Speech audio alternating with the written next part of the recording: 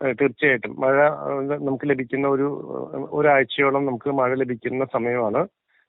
അതിഭീകരമായിട്ടുള്ള മഴ എന്നോ ഭയപ്പെടുത്തുന്ന മഴ എന്നൊന്നല്ല വിചാരിക്കേണ്ടത്. നമ്മുടെ കാലവർഷം തുടങ്ങിയ ശേഷം ശരിക്കൊന്ന് ഉണർവ് പ്രാപിക്കുന്നത് ഇപ്പോഴാണ്. നമുക്ക് എല്ലാ ജില്ലകളിലും തിരുവനന്തപുരം, പത്തനംതിട്ട, കോട്ടയം 3 ജില്ലകൾ ഒഴിച്ചാൽ ബാക്കി എല്ലാ ജില്ലകളിലും വേണ്ടത്ര മഴ കിട്ടിയിട്ടില്ല.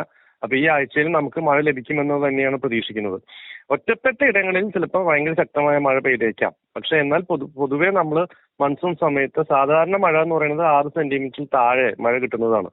അത് 6 മുതൽ 10 സെന്റിമീറ്ററോ 11 സെന്റിമീറ്ററോ മഴ കിട്ടുമ്പോഴാണ് ശക്തമായ മഴ എന്ന് പറയുന്നത്.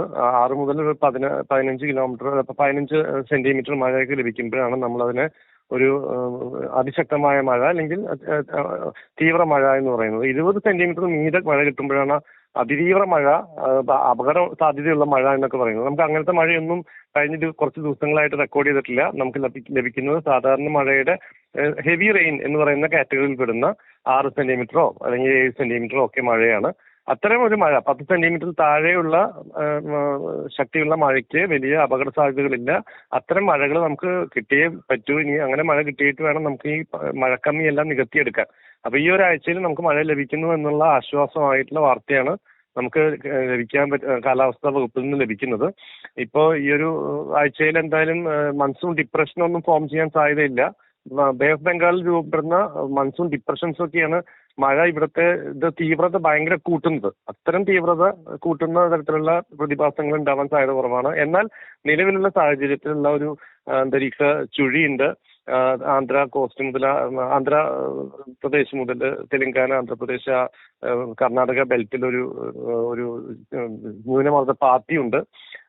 അതെല്ലാം മഴയ്ക്ക് അനുകൂലമായ ഘടകങ്ങളാണ്. ഇന്ത്യയിൽ പൊതുവെ മഴ സജീവമായിട്ടിരിക്കുന്ന ഒരു സാഹചര്യമാണ്. കേരളത്തിൽ നമുക്ക് ഒരാഴ്ചയിൽ നമുക്ക് നല്ല രീതിയിൽ സാധാരണ ലഭിക്കുന്ന മഴ ലഭിക്കുമെന്ന് തന്നെയാണ് പ്രതീക്ഷിക്കുന്നത്. ഇപ്പൊ ഡോക്ടർ വിജയമറി പറഞ്ഞതുപോലെ തന്നെ കേരളത്തിൽ മാത്രമല്ലല്ലോ, മറ്റ് സിക്കിമിലും അതുപോലെ തന്നെ മറ്റ് ജില്ലകളിലും ഒക്കെ ശക്തമായ രീതിയിൽ മഴ പെയ്യുന്നുണ്ട്. മഴക്കെടുതികളുടെ വാർത്ത ഇപ്പോ പുറത്തു വന്നുകൊണ്ടിരിക്കുകയാണ്. അപ്പോ ഈ ഒരു മഴയെ കൂടുതൽ ഭയക്കേണ്ടതായിട്ടുള്ള ഒരു സാഹചര്യമുണ്ടോ? അതായത് ഇനിയുള്ള ദിവസങ്ങളിൽ കെടുതികൾ വർദ്ധിക്കാനാണോ സാധ്യത, അതോ മഴ വീണ്ടും ചെറിയ തോതിലേക്ക് ചുരുങ്ങാനുള്ളൊരു സാധ്യതയുണ്ടോ? മഴ കുറയാനുള്ളൊരു സാഹചര്യം മുന്നിലുണ്ടോ? മഴയുടെ സ്വഭാവം എന്ന് വെച്ച് കഴിഞ്ഞിട്ടുണ്ടെങ്കിൽ മൺസൂൺ മഴയുടെ സ്വഭാവം മഴ ഒറ്റപ്പെട്ട ചില സ്ഥലങ്ങളിൽ ശക്തമായി പെയ്യുകയും അതിന്റെ ഭാഗമായിട്ടുള്ള കെടുതികൾ ഉണ്ടാവും എന്നുള്ളതാണ്. കേരളത്തിൽ മാത്രമല്ല, ഇന്ത്യയിലെ എല്ലാ ഭാഗത്തും. അതുകൊണ്ട് തന്നെ മൺസൂൺ മഴയ്ക്ക് നമുക്ക് ഒരു ആശങ്ക നിറഞ്ഞതും എന്നാൽ പ്രതീക്ഷ നിറഞ്ഞതുമായിട്ടുള്ള ഒരു മഴപ്പെയ്ത്തിന്റെ സ്വഭാവമാണ് ഉള്ളത്. ഒരേ സമയം അത് തഴുകുകയും പ്രഹരിക്കുകയും ചെയ്യും. അത് കാലാകാലങ്ങളായിട്ട് മഴയുടെ ഒരു നിതാന്ത സ്വഭാവമാണ്. പക്ഷെ കേരളത്തെ സംബന്ധിച്ചിടത്തോളം നമ്മൾ പറയുകയാണെങ്കിൽ ഈ ഒരു ആഴ്ചയിൽ കിട്ടുന്ന മഴ നമുക്ക് സാധാരണത്തിൽ കൂടുതലായിരിക്കുമെന്നാണ് നമ്മൾ കണക്കുകൂട്ടുന്നത്. അത് കഴിഞ്ഞ് ജൂലൈ 2 തീയതി മുതൽ അങ്ങോട്ടുള്ള 3 ആഴ്ചകളിൽ സാധാരണത്തേക്കാൾ കുറഞ്ഞ മഴയാണ് പ്രവചിച്ചിട്ടുള്ളത്. അപ്പോൾ ഒറ്റപ്പെട്ട സ്ഥലങ്ങളിലോ ചില സ്ഥലങ്ങളിലോ ചിലപ്പോൾ മഴ കിട്ടുമെങ്കിലും മഴ ലഭിക്കും. പക്ഷെ മഴ സാധാരണത്തേക്കാൾ കുറവായിരിക്കും എന്നുള്ളതാണ്. അപ്പൊ ഈ ജൂലൈ 2 വരെയാണ് നമുക്ക് ഒരു എക്സസ് റെയിൻ കിട്ടാനുള്ള സാധ്യത പ്രവചിച്ചിട്ടുള്ളത്. അത് കഴിഞ്ഞ ശേഷം പിന്നെ മഴ കുറയുന്നതായിട്ടാണ് കാണുന്നത്. ജൂലൈ മാസത്തിൽ നമുക്ക് മഴ കുറയുമെന്നാണ് നിലവിലെ പ്രവചനം. അപ്പോൾ നമുക്ക് വലിയ ഭീകരമായിട്ടുള്ള മഴക്കാലമൊന്നും ഇല്ല. അപ്പൊ നമുക്ക് ഉള്ള മഴ നമുക്ക് ഭയങ്കര ആശ്വാസത്തോടും പ്രതീക്ഷയോടും കൂടി നമുക്ക് വരവേൽക്കാമെന്നുള്ളതാണ് ഞാൻ വിചാരിക്കുന്നത്. കാരണം ഈ ഒരാഴ്ച നമുക്ക് മഴ ലഭിക്കും. അത് കഴിഞ്ഞ് മഴ സാധാരണത്തേക്കാൾ കുറയാനാണ് സാധ്യത കാലാവസ്ഥ വകുപ്പ് പ്രവചിച്ചിരിക്കുന്നത് എക്സ്റ്റൻഡഡ് റേഞ്ച് ഫോർകാസ്റ്റിൽ. ഇപ്പോ തുടക്കത്തിൽ തന്നെ, അതായത് കാലവർഷം വരുന്നതിന് മുന്നേ തന്നെ പ്രവചനങ്ങൾ ഉണ്ടായിരുന്നു. സാധാരണ ലഭിക്കേണ്ടതിനേക്കാൾ കുറവ് മഴയായിരിക്കും തോത് ഇത്തവണ പ്രകടമാവുക എന്നുള്ളത്. ഇപ്പോ ജൂൺ അവസാനിക്കുന്നു, ഏതാനും ദിവസങ്ങൾ മാത്രം ബാക്കി നിൽക്കുന്നു. ഇടുക്കിയിലും വയനാട്ടിലും ഒക്കെ തന്നെ സാധാരണഗതിയിൽ ഈ സമയത്തിനുള്ളിൽ പെയ്തിറങ്ങേണ്ട മഴയുടെ കണക്കിൽ 50% കുറവുണ്ടെന്നുള്ള കണക്കുകളാണ് കഴിഞ്ഞ ദിവസം മഴക്കണക്കുകളാണ് പുറത്തു വന്നത്. അപ്പോ ഈ മലയോര ജില്ലകളിലൊക്കെ തന്നെ മഴയുടെ തോത് കുറയുന്നത് അത് വരും കാലങ്ങളിൽ നമ്മൾ ഭയക്കേണ്ട ഒരു മുന്നറിയിപ്പ് കൂടിയാണോ? അതാണ്, മഴയുടെ തോത് കുറയുന്നു എന്നുള്ളത്. ഈ വയനാടായാലും ഇടുക്കി ആയാലും നമ്മുടെ കാർഷിക പ്രവർത്തനം ഏറ്റവും കൂടുതലുള്ള 2 ജില്ലകളാണ്. ധാരാളം അവിടെ ആ പ്രദേശങ്ങളിൽ, ഉയർന്ന പ്രദേശങ്ങളിൽ മാത്രം ചെയ്യാവുന്ന ചില കാർഡമം പോലത്തെ കൃഷിയൊക്കെ അവിടെ നടക്കുന്ന സമയമാണ്. അപ്പൊ അത്തരം കൃഷിയൊക്കെ ബാധിക്കുന്നത് തേയില, അതിന്റെ കൃഷിയൊക്കെ ഈ മഴയുടെ പെയ്ത്ത് രീതിയിലെ മഴയുടെ കുറവൊക്കെ ധാരാളമായിട്ട് സ്വാധീനിക്കും. അതിന് മാത്രമല്ല വേറൊരു പ്രശ്നം കൂടി ഉള്ളത് എന്താ വെച്ചെങ്കിൽ മഴ എപ്പോഴും നമുക്ക് ഒരു സീസൺ അവസാനിക്കുമ്പോൾ മിക്കവാറും ജില്ലകളിൽ ശരാശരി മഴ എത്തിയിട്ടുണ്ടായിരിക്കും. അതായത് മഴ ജൂണിൽ കുറഞ്ഞാൽ അതിന് കോമ്പൻസേറ്റ് ചെയ്തിട്ട് ഓഗസ്റ്റിലോ സെപ്റ്റംബർ ബാക്കി ജൂലൈയിലോ ഒക്കെ പെയ്യും. അങ്ങനെ പെയ്യുന്ന ഒരു പ്രവണത നല്ലതല്ല. കാരണം എന്ന് വെച്ചാൽ 2-3 മാസങ്ങളിൽ 4 മാസങ്ങളിൽ ഇങ്ങനെ എല്ലാ ദിവസങ്ങളിലുമായിട്ട് പെയ്യേണ്ട മഴ ചില സമയങ്ങളിൽ പോക്കറ്റുകളിൽ കേന്ദ്രീകരിച്ച് പെയ്ത് സീസൺ അവസാനിക്കുമ്പോൾ അവിടെ കിട്ടേണ്ട മഴ കിട്ടിയിട്ടുണ്ടല്ലോ എന്നുള്ള ഒരു അവസ്ഥ വരുമ്പോൾ മഴ ദിനങ്ങളുടെ എണ്ണം കുറയുന്നത്, ആ കുറഞ്ഞ ദിനങ്ങളിൽ ശക്തമായ മഴ പെയ്യുന്നത് അത് അപകട സാധ്യതകൾ വിളിച്ചു വരുത്തും. അതാണ് നമുക്കൊരു ആശങ്കയുള്ളത്. അപ്പോൾ മഴ കുറയുക എന്നുള്ളത് വലിയ ആശങ്ക. ഇനി ആ മഴക്കുറവ് എങ്ങാനും നികത്തപ്പെടുകയാണ്, കുറച്ച് ദിവസത്തെ മഴ കൊണ്ട് അത് നികത്തപ്പെടുകയാണെങ്കിൽ ആ പ്രദേശങ്ങളിൽ ശക്തമായ മഴപ്പെയ്ത്തിനുള്ള സാധ്യത എപ്പോഴാണ് അത് പെയ്യാന്ന് നമുക്ക് പ്രവചിക്കാനും പറ്റില്ല. അങ്ങനത്തെ ഒരു സാഹചര്യം ഉണ്ട് എന്നുള്ളതാണ് ഇതിനു മുമ്പ് നമ്മൾ കണ്ടിട്ടുണ്ട്. 2019 ഓഗസ്റ്റ് 8 വരെ നമുക്ക് മഴ വളരെ കുറഞ്ഞു നിൽക്കുകയും ഓഗസ്റ്റ് 8 പെയ്ത ഒറ്റ മഴ കൊണ്ട് അത്രയും ദിവസം കുറവുള്ള മഴ മുഴുവൻ നികത്തപ്പെടുകയും ചെയ്തു. ആ ഒരു മഴപ്പെയ്ത്ത് പല സ്ഥലങ്ങളിലും വലിയ രീതിയിലുള്ള വെള്ളപ്പൊക്കത്തിനും ലഘുമേഘ വിസ്ഫോടനങ്ങൾക്കും ഒക്കെ ഇടയാക്കി. അത്തരം സാഹചര്യങ്ങളും നമ്മൾ കരുതിയിരിക്കണം. നമ്മളിപ്പോ ഈ മൺസൂൺ ഡിപ്രഷൻസ് ഫോം ചെയ്യുന്ന സമയത്ത് എങ്ങനെയാണ് മഴയുടെ സ്വഭാവം മാറാൻ പോകുന്നത് നമുക്കറിയില്ല. എല്ലായിടത്തും പരക്കെ പെയ്യേണ്ട മഴയാണ്. ഇപ്പൊ ഈ തിരുവാതിര ഞാറ്റുവേലക്കാലമാണ്. ഇപ്പൊ ഈ ഒരു സമയത്ത് എന്തായാലും നമുക്ക് അത്തരം മഴ കിട്ടുന്നുണ്ടെന്നുള്ളതിനെ ആശ്വസിക്കാം. അടുത്ത വരും മാസങ്ങളിലെ മഴ നമുക്ക് കണ്ടു തന്നെ അറിയണം. പക്ഷെ പൊതുവിലുള്ള ഒരു വിലയിരുത്തൽ അവിടെ പസഫിക് ഓഷനിൽ എൽനിനോ ശക്തി പ്രാപിച്ചുകൊണ്ടേയിരിക്കുകയാണ്. 1.7 ഡിഗ്രി സെൽഷ്യസ് ക്രോസ് ചെയ്തു. 0.7 ഡിഗ്രി സെൽഷ്യസ് 0.7 ഡിഗ്രി സെൽഷ്യസ്. അപ്പൊ അത് കുറച്ചും കൂടി ശക്തി പ്രാപിച്ചു കഴിഞ്ഞെങ്കിൽ അവിടുത്തെ എൽനിനോയുടെ ശക്തി കൂടുന്നതിനനുസരിച്ച് നമ്മളുടെ ഇവിടെ കിട്ടുന്ന മഴയുടെ അളവ് കുറഞ്ഞു വരും. അപ്പോൾ ഇന്ത്യയിൽ ഇവിടെ മാത്രമല്ല മൊത്തം ഇന്ത്യയിലെ മൺസൂൺ കുറവായിരിക്കാൻ, സാധാരണത്തേക്കാൾ കുറവായിരിക്കാനുള്ള സാധ്യതയാണ് തെളിഞ്ഞു വരുന്നത്. ഡോക്ടർ വിജയകുമാർ ഈ പറഞ്ഞതുപോലെ ജൂൺ 4-ന് കേരളത്തിൽ കാലവർഷം എത്തി. നേരത്തെ എത്തുമെന്ന് പ്രതീക്ഷിച്ചെങ്കിൽ പോലും പിന്നീട് വൈകിയെത്തി. എന്നാൽ ഒരു 2 ആഴ്ച പോലും തികയ്ക്കുന്നില്ല. കാലവർഷം ഒരു 15-ാം തീയതിയോട് കൂടി തന്നെ ശക്തി കുറയുന്ന ഒരു കാഴ്ച കണ്ടു. അതിനുശേഷം ചെറിയ തോതിൽ ചൂട് അനുഭവപ്പെട്ടു. ഇടവിട്ട് ചിലയിടത്ത് മഴ പെയ്തു. ഇപ്പോൾ വീണ്ടും മഴ ചെറുതായി കനക്കുന്നു. 4 ദിവസം മഴ ഉണ്ടാകുമെന്ന് പറയുന്നു. അപ്പോ ഈ മഴയുടെ ഈ ഒരു ഏറ്റക്കുറച്ചിൽ, അത് മുൻ വർഷങ്ങളിലെ അനുഭവങ്ങളൊക്കെ വെച്ച് നോക്കുമ്പോൾ വലിയ തോതിൽ ജനങ്ങളെ ആശങ്കപ്പെടുത്തുന്ന കൂടിയുണ്ട്. പ്രത്യേകിച്ച് താങ്കൾ സൂചിപ്പിച്ച പോലെ തന്നെ കാർഷിക മേഖലയിലൊക്കെ ഉള്ളവർ വലിയ ആശങ്ക പങ്കുവയ്ക്കുന്നുണ്ട്. ഇങ്ങനെ പോവുകയാണെങ്കിൽ ഇനിയുള്ള വർഷങ്ങളിൽ മഴ കുറയുമ്പോൾ കാർഷിക വൃത്തിയിൽ അടക്കം ബാധിക്കാൻ പോകുന്ന വലിയ പ്രത്യാഘാതങ്ങൾ, അതോടൊപ്പം തന്നെ എൽനിനോയുടെ ശക്തിയും പരപ്പും ഒക്കെ തന്നെ വർദ്ധിക്കുന്നത് ഇനി മഴയുടെ സ്വഭാവത്തെ ഏത് രീതിയിൽ അത് രൂപപ്പെടുത്തിയെടുക്കും, ഇനിയുള്ള വർഷങ്ങളിൽ മഴയുടെ സ്വഭാവം എങ്ങനെ ആയിരിക്കും എന്നുള്ളൊരു ആശങ്ക കൂടിയുണ്ട്. അതാണ് നമ്മളുടെ മഴയിൽ പ്രകടമായിട്ട് വന്നിട്ടുള്ള ഏറ്റവും വലിയ ഒരു പെട്ടെന്ന് നോക്കി കാണാൻ പറ്റുന്ന ഒരു സംഭവം എന്ന് വെച്ച് കഴിഞ്ഞാൽ, നമുക്ക് ജൂൺ മാസത്തിൽ മഴ ഇടവപ്പാതി ആരംഭിച്ചു കഴിഞ്ഞാൽ 2-3 ആഴ്ചത്തേക്ക് നല്ല ശക്തമായ മഴ കിട്ടും. അത് കഴിഞ്ഞ് ജൂലൈ മാസത്തിലും ഏകദേശം ആ മഴ അതുപോലെ തുടരും. പിന്നെ ഓഗസ്റ്റ് സെപ്റ്റംബർ മാസത്തിലേക്ക് മഴ കുറഞ്ഞു വരും. അങ്ങനെയുള്ള ഒരു രീതിയായിരുന്നു നമുക്ക്. ഇപ്പൊ ഏറ്റവും കൂടുതൽ മഴ ജൂൺ ജൂലൈ മാസങ്ങളിലായിട്ടാണ് നമുക്ക് കിട്ടുക. പക്ഷെ കഴിഞ്ഞ ഏതാനും വർഷങ്ങളായിട്ട് നമ്മൾ കാണുന്നത് ജൂൺ മാസത്തിലെ മഴ കുറഞ്ഞു നിൽക്കുക, ജൂലൈ ഓഗസ്റ്റ് മാസങ്ങളിലായിട്ട് മഴ കൂടി നിൽക്കുക, അത് കഴിഞ്ഞ് സെപ്റ്റംബറിൽ വീണ്ടും മഴ കുറഞ്ഞു നിൽക്കുക. അപ്പൊ ഈ മഴയുടെ പീക്ക് എന്ന് പറയുന്നത് ജൂൺ ജൂലൈ മാസങ്ങളിൽ നിന്ന് ഒരു മാസം വലതോട്ട് ഷിഫ്റ്റ് ചെയ്തിട്ട് ജൂലൈ ഓഗസ്റ്റ് മാസത്തിലേക്ക് ആയിട്ടുണ്ട്. അത് ഒരു നമ്മളുടെ കാർഷിക വൃത്തിയെ മുഴുവൻ സ്വാധീനിക്കുന്നു. കാരണം നമ്മൾ വിത്ത് ഇറക്കുന്നതും മറ്റേ ഈ പറയുന്ന കൃഷി തുടങ്ങുന്നതും പിന്നെ വിളവെടുക്കുന്ന സമയം, അപ്പൊ അങ്ങനെ ഓരോ സമയത്തും നമുക്ക് കൃഷിയുടെ ഓരോ ഘട്ടത്തിലും ലഭിക്കേണ്ട മഴ അതുപോലെ കിട്ടുന്നു എന്നുള്ള പ്രതീക്ഷയിലാണ് നമ്മളുടെ വിത്തുകളൊക്കെ നമ്മൾ ചൂസ് ചെയ്തിട്ടുള്ളതും നമ്മളുടെ കാർഷിക പ്രവൃത്തികളെല്ലാം നമ്മൾ ഓർഗനൈസ് ചെയ്യുന്നതും. അപ്പൊ ആ മഴപ്പെയ്ത്തിൽ വന്നിട്ടുള്ള ഈ മാറ്റം തന്നെ കർഷകരെ വല്ലാണ്ട് ബുദ്ധിമുട്ടിലാക്കും. അപ്പൊ നമ്മൾ അതിനനുസരിച്ച് സ്വിച്ച് ചെയ്യണം. അതുമാത്രമല്ല, ഈ പറയുന്ന പെയ്യുന്ന മഴയുടെ ദിവസങ്ങൾ, എത്ര ദിവസം മഴ പെയ്യുന്നു, ഈ 122 ദിവസമാണ് ജൂൺ 1 തീയതി മുതൽ സെപ്റ്റംബർ 30 തീയതി വരെയുള്ള ദിവസങ്ങളിൽ ഉള്ളതെങ്കിൽ ഈ ദിവസങ്ങളിൽ ഇങ്ങനെ വിതരണം, അത് ഓരോ ദിവസവും ശരാശരി 3-4 സെന്റിമീറ്റർ മഴ എങ്കിൽ പോലും എല്ലാ ദിവസവും ഒരേപോലെ മഴ പെയ്യില്ല. പണ്ടുകാലം മുതലേ അങ്ങനെയാണ്. ഒരു സജീവ കാലഘട്ടം, പിന്നെ ഒരു നിർജീവ കാലഘട്ടം. നമ്മൾ ഓണക്കാലത്തൊക്കെ പറയും ഓണം അത്തം വെളുത്തു കഴിഞ്ഞാൽ ഓണം കറക്കും. അതായത് 10 ദിവസത്തിനുള്ളിൽ മഴയുള്ള ഒരു സീസണും ഒരാഴ്ചയും പിന്നെ മഴ കുറഞ്ഞ ഒരാഴ്ചയും അങ്ങനെ ഒരു താളാത്മകത ഉണ്ടായിരുന്നു. അപ്പൊ ആ താളാത്മകത നഷ്ടപ്പെട്ടിട്ട് ചിലപ്പോൾ 2-3 ആഴ്ച അല്ലെങ്കിൽ 1-2 ആഴ്ച തുടർച്ചയായിട്ട് വെയിൽ അനുഭവപ്പെടുകയും പിന്നെ പെട്ടെന്ന് ഒരു പീക്ക് വന്നിട്ട് ശക്തമായിട്ടുള്ള മഴ പെയ്ത്തുണ്ടാവുകയും ഒക്കെ ചെയ്യുന്ന ഒരു രീതിയിലേക്ക്, അതുപോലെ അത്തരം മഴയുടെ ഇന്റൻസിറ്റി 1 മണിക്കൂറിൽ പെയ്യുന്നത് ഒരു ദിവസത്തിൽ മൊത്തം പെയ്യേണ്ട മഴയായിരിക്കും 1 മണിക്കൂറിൽ പെയ്യുക.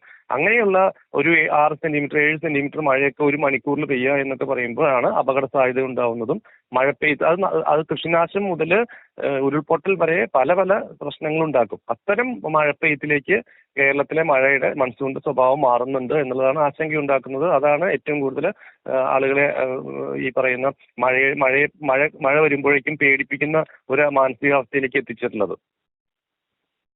അതുപോലെ തന്നെ ഈ വടക്കു പടിഞ്ഞാറൻ ഇന്ത്യയിൽ നിന്നുള്ള ചൂട് കാറ്റിന്റെ വ്യാപനം അതുപോലെ തന്നെ ഈ മഴയുടെ മുന്നോട്ടുള്ള ശക്തിയെ പ്രതികൂലമായി തന്നെ ബാധിക്കുന്നു. അതുപോലെ പടിഞ്ഞാറൻ കാറ്റിലെ ഈർപ്പം കുറയുന്നത്, അങ്ങനെയുള്ള ചില വസ്തുതകൾ കൂടി നേരത്തെ നമ്മൾ മുൻ ചർച്ചകളിലൊക്കെ പരാമർശിച്ചിട്ടുണ്ട്. അത് എത്തരത്തിലാണ് ഇപ്പോൾ ഈ മഴയെ ദുർബലപ്പെടുത്തിയിരിക്കുന്നത്? അതായത് പടിഞ്ഞാറൻ കാറ്റിന്റെ ശക്തി കുറവാകുമ്പോൾ തന്നെ അതിനകത്തുള്ള ഈർപ്പം കുറയും. കാരണം അറബിക്കടലിൽ താപനില എപ്പോഴും കൂടി തന്നെയാണ് നിൽക്കുന്നത്. അറബിക്കടലിൽ ചൂട് ഇപ്പോൾ കാറ്റ് ശക്തമാണെങ്കിൽ അവിടുന്ന് വരുന്ന ഈർപ്പം കൂടുതലായിരിക്കും. പക്ഷെ ശക്തി കുറഞ്ഞ കാറ്റാണ് വീശുന്നത് വെച്ചെങ്കിൽ കൂടുതൽ ഇവാപറേഷൻ ഉണ്ടാവില്ല. അതുകൊണ്ട് തന്നെ വരുന്ന കാറ്റിലുള്ള മൊത്തം ഈർപ്പത്തിന്റെ അളവ് കുറവായിരിക്കും. അതൊരു കാര്യം. പിന്നെ ഈ രാജസ്ഥാൻ പ്രദേശങ്ങളിൽ നിന്നുള്ള ഈ വരണ്ട വായു വരുന്നതിന്റെ ഭാഗമായിട്ടും കൂടിയാണ് മൺസൂണിന്റെ മുന്നോട്ടുള്ള പ്രയാണം കുറെ അധികം തടസ്സപ്പെട്ടതും അല്ലെങ്കിൽ സ്ലോ ആയതും. ഇപ്പൊ തന്നെ നമ്മൾ നോക്കിക്കഴിഞ്ഞാൽ പല സ്ഥലങ്ങളിലും 1-2 ആഴ്ച ലേറ്റ് ആയിട്ടാണ് മൺസൂൺ നിൽക്കുന്നത്. അപ്പൊ ഇനിയുള്ള ഇത് മൺസൂൺ മിക്കവാറും അടുത്ത ജൂലൈ ഫസ്റ്റ് വീക്കിൽ രൂപപ്പെടുന്ന ഒരു മൺസൂൺ ഡിപ്രഷൻ, രൂപപ്പെടാൻ ഇടയുള്ള ഒരു മൺസൂൺ ഡിപ്രഷൻ ഇപ്പൊ എന്തായാലും ഒരാഴ്ചയുള്ളിൽ ഉണ്ടാവില്ല. ജൂലൈക്ക് ശേഷം ഉണ്ടാവുന്ന മൺസൂൺ ഡിപ്രഷൻ എങ്ങാനും ശക്തി പ്രാപിച്ച് അതിന്റെ ട്രാക്ക് അത് ഇന്തോ ഗാൻജന്റിക് പ്ലെയിനിലൂടെയാണ്, സമതല പ്രദേശങ്ങളിലൂടെയാണ് അത് വടക്ക് പടിഞ്ഞാറ് ദിശയിലേക്ക് നീങ്ങുക. അങ്ങനെ നീങ്ങുന്ന സമയത്ത് അതിന്റെ ഭാഗമായിട്ട് മൺസൂൺ അങ്ങ് ഇന്ത്യയുടെ ഈ പറഞ്ഞ രാജസ്ഥാന്റെ പ്രദേശം വരെ എത്തുമെന്നാണ് നമ്മൾ പ്രതീക്ഷിക്കുന്നത്. അടുത്ത ജൂലൈ പകുതിയോടുകൂടി തന്നെ അല്ലെങ്കിൽ ജൂലൈ 10-ാം തീയതിയോട് കൂടിയിട്ട് മൺസൂൺ ഇന്ത്യയിൽ എല്ലായിടത്തും വ്യാപിക്കുമായിരിക്കും എന്നാണ് നമ്മൾ പ്രതീക്ഷിക്കുന്നത്. അതോടുകൂടിയിട്ട് മൊത്തം ഒരു മൺസൂണിന്റെ ഒരു പ്രാഥമിക ചിത്രം ലഭ്യമാവും. പക്ഷെ പിന്നീട് ഉള്ള മഴ പെയ്തിന് അപ്പോൾ കൂടുതൽ തീവ്രമാവുന്ന എൽനിനോയുടെ സ്വാധീനം എങ്ങനെയാണ് മഴ കുറയ്ക്കാൻ പോകുന്നത് എന്നുള്ളത്, എത്രമാത്രം കുറയ്ക്കാൻ പോകുന്നു എന്നുള്ളത് തന്നെയാണ് ഏകദേശം ഇപ്പോൾ ഒരു നിലവിൽ നമ്മൾ പ്രതീക്ഷ. എത്രമാത്രം മഴ മൊത്തം ഓൾ ഇന്ത്യയിൽ കുറയും എന്നുള്ളത് ഒരു ജൂലൈ പകുതിയോടുകൂടി തന്നെയാണ് ആ ചിത്രം വ്യക്തമാവുകയുള്ളൂ. കൂട്ടത്തിൽ തന്നെ ഇപ്പോ ചക്രവാത ചുഴി അതുപോലെ ന്യൂനമർദ്ദങ്ങൾ ഇതൊക്കെ തന്നെ കാര്യമായി രൂപപ്പെട്ടിട്ടില്ല എന്നുള്ളൊരു വാർത്ത കൂടി നമുക്ക് ഇതോടൊപ്പം കാലാവസ്ഥ വകുപ്പ് പങ്കുവയ്ക്കുന്നുണ്ട്. അപ്പോൾ ഈ മഴയെ ഏത് തരത്തിലാണ് ചക്രവാത ചുഴികളും ന്യൂനമർദ്ദവും രൂപപ്പെടാതിരിക്കുന്നത് ബാധിക്കുന്നത്? അത് എങ്ങനെ സ്വാധീനിക്കുന്നു അതിനെ?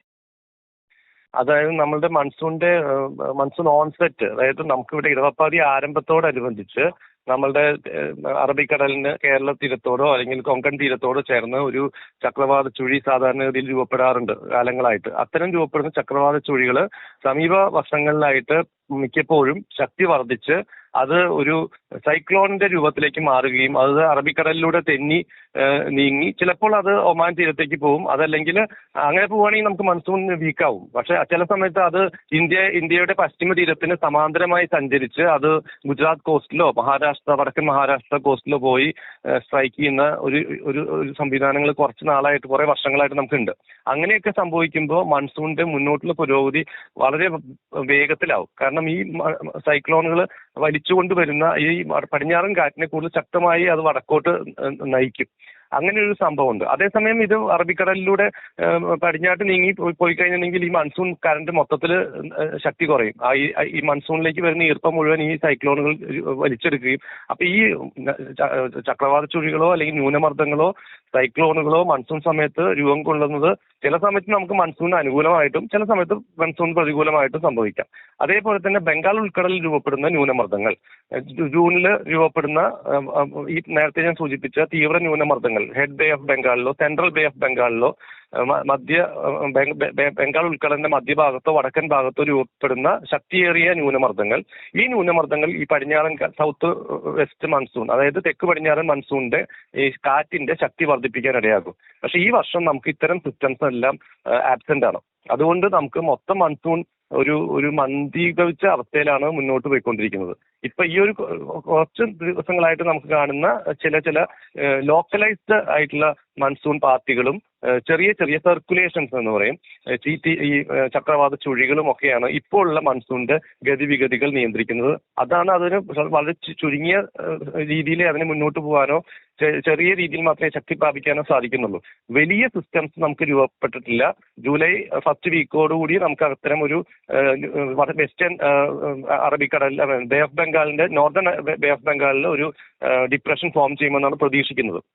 അത്തരം സിസ്റ്റം വരുമ്പോഴാണ് നമുക്ക് മൺസൂണിന് പൊതുവെ ഓൾ ഇന്ത്യ മൺസൂണിന് ശക്തി പ്രാപിക്കുന്നത്. അതുപോലെ തന്നെ ഇപ്പോ ഈ മഴയോടൊപ്പം തന്നെ കരുതിയിരിക്കേണ്ടതായിട്ടുള്ളത് വ്യാപകമായ രീതിയിൽ ഇടിമിന്നലും കാറ്റും ഇതൊക്കെ തന്നെ പ്രതീക്ഷിക്കാം. ഇനിയുള്ള ദിവസങ്ങളിൽ സൂക്ഷിക്കേണ്ട ചില കാര്യങ്ങൾ എന്ന രീതിയിൽ കേന്ദ്ര കാലാവസ്ഥ വകുപ്പ് പറഞ്ഞിരിക്കുന്നത് ഇടിമിന്നലെ തന്നെയാണ് വില്ലനായിട്ടുള്ളത്. അതോടൊപ്പം മരങ്ങളൊക്കെ കടപുഴകി വീഴും, കാറ്റും ഏറെ ഭയപ്പെടേണ്ടതാണെന്നാണ്. എന്തൊക്കെയാണ് ഇനി ശ്രദ്ധിക്കേണ്ട കാര്യങ്ങൾ, പ്രത്യേകിച്ച് മഴയോടൊപ്പം വരുന്ന ഈ വില്ലന്മാരെ? മഴയോടൊപ്പം സാധാരണ നമുക്ക് ഇടിയും മിന്നലും അനുഭവപ്പെടുന്നത് പ്രധാനമായും പൂർവ്വ മൺസൂണിനും പ്രീ മൺസൂൺ, പോസ്റ്റ് മൺസൂൺ, മൺസൂണിന് മുൻപും മൺസൂണിന് ശേഷമുള്ള 3 മാസങ്ങളിലാണ്. അതായത് ജൂണിന് മുമ്പുള്ള മാർച്ച്, ഏപ്രിൽ, മെയ് മാസങ്ങളിലും സെപ്റ്റംബറിന് ശേഷമുള്ള ഒക്ടോബർ, നവംബർ, ഡിസംബർ മാസങ്ങളിലുമാണ് സാധാരണഗതിയിൽ ഇടിമിന്നൽ കൂടുതലായിട്ട് നമുക്ക് ഒരു വില്ലനായിട്ട് വരുന്നത്. മൺസൂൺ സമയത്ത് കാലവർഷത്തിന്റെ ആരംഭത്തോടു കൂടിയിട്ട് ഇടിമിന്നൽ മേഘങ്ങളുടെ ഇന്റൻസിറ്റി അല്ലെങ്കിൽ സ്ലാഷ് റേറ്റ് വളരെ കുറവായിട്ട് അപൂർവമായിട്ടാണ് ഈ ഇടിമിന്നൽ അനുഭവപ്പെടാറുള്ളൂ. പക്ഷെ നമുക്ക് സമീപ വർഷങ്ങളിൽ അങ്ങനത്തെ ഒരു അനുഭവം കൂടിയുണ്ട്. അതായത് മൺസൂൺ സമയത്ത് തന്നെ പ്രത്യേകിച്ച് മഴരഹിത ദിനങ്ങളുടെ എണ്ണം കൂടുമ്പോൾ, അതായത് വളരെ ചൂട് കൂടിയ 3-4 ദിവസം മഴ പെയ്യാതെ, ഒരു തരി മഴ പെയ്യാതെ ആകാശം നോക്കിയ നീല നിറം, ഭയങ്കര ചൂട്, വേനൽക്കാലത്തിന് സമമായ സാഹചര്യം. അത് കഴിഞ്ഞ് പിന്നീട് മൺസൂൺ ശക്തി പ്രാപിച്ച് ഒരു ദിവസം രണ്ടു ദിവസം മഴ പെയ്യുമ്പോൾ എന്ത് സംഭവിക്കും വെച്ചെങ്കിൽ ഈ വരുന്ന കാറ്റ് കൊണ്ടുവരുന്ന ഈർപ്പം കാരണം രൂപപ്പെടുന്ന മേഘങ്ങൾ സാധാരണ രൂപപ്പെടേണ്ട മേഘങ്ങളിലേക്കാൾ ഒരുപാട് ഉയരത്തിലേക്ക് വളരും. അതായത് ഒരു 8-9 കിലോമീറ്റർ ഹൈറ്റ് വരെ വളരേണ്ട നിംബോ സ്ട്രാറ്റസ് മേഘങ്ങൾ അങ്ങനെ ഉള്ള രൂപം കൈവെടിഞ്ഞ് അതും കുത്തനെ മുകളിലോട്ട് ഉയരുന്ന കൂമ്പാര മേഘങ്ങൾ, ക്യുമുലോ നിംബസ് എന്ന് പറയുന്ന കൂമ്പാര മേഘങ്ങളായിട്ട് രൂപം പ്രാപിക്കും. ഇത്തരം കൂമ്പാര മേഘങ്ങളാണ് ഇടിമിന്നലിന് കാരണമാവുന്നത്. അപ്പൊ പ്രത്യേകിച്ച് മഴരഹിത ഇടവേളകളുള്ള ഒരു മൺസൂൺ, ഈ വർഷം നമ്മളിപ്പോൾ കാണപ്പെടുന്ന പോലത്തെ മൺസൂണിന്റെ ഇടയ്ക്ക് ഒരാഴ്ച കൊടും വെയിൽ അനുഭവപ്പെടുക എന്ന് പറയുന്ന ഒരു സ്വഭാവം പ്രകടിപ്പിക്കുകയാണെങ്കിൽ അത് കഴിഞ്ഞ് വരുന്ന മഴ മിക്കവാറും ഈ പറഞ്ഞ കൂമ്പാര മേഘങ്ങളാൽ സമ്പുഷ്ടമായിരിക്കും. ഇടിമിന്നൽ നമുക്ക് അത്തരം മേഘങ്ങൾ പ്രതീക്ഷിക്കേണ്ടതാണ്. അതാണ് ഈ പറയുന്ന മൺസൂൺ സീസണെ മറ്റ് പൂർവ്വകാലങ്ങളിൽ 10-20 വർഷങ്ങൾക്ക് മുമ്പുണ്ടായിരുന്ന മൺസൂൺ സീസണെ അപേക്ഷിച്ച് ഇപ്പോഴുള്ള ഈ നൂറ്റാണ്ടിലെ ഈ ഡിക്കേഡിലെ നമ്മുടെ മൺസൂണിനെ പേടിപ്പിക്കുന്നതാക്കുന്നത്. അതായത് മൺസൂൺ സമയത്ത് പോലും നമുക്ക് ഇടിമിന്നലിന് സാധ്യതയുണ്ട് എന്ന് പറയുന്ന അവസ്ഥ ഉണ്ടാക്കുന്നതിന് മെയിൻ കാരണം ചൂട് കൂടുന്നതാണ്. ചൂട് കൂടുമ്പോൾ തന്നെ കൂടുതൽ ഈ പറയുന്ന കൂമ്പാര മേഘങ്ങൾ രൂപപ്പെടാനുള്ള സാധ്യത കൂടുതലാണ്. അത്തരം കൂമ്പാര മേഘങ്ങളിൽ നിന്നാണ് ഇടിമിന്നൽ രൂപപ്പെടുന്നതും അത് നമുക്ക് മൺസൂൺ സമയത്ത് പോലും വില്ലനായിട്ട് ഭവിക്കുന്നതും. ഏറ്റവും പുതിയ വാർത്തകളും വിശേഷങ്ങളും വിരൽ തുമ്പിലറിയാൻ സീ മലയാളം ന്യൂസ് എല്ലാ ഡിജിറ്റൽ പ്ലാറ്റ്ഫോമുകളിലും ലഭ്യം.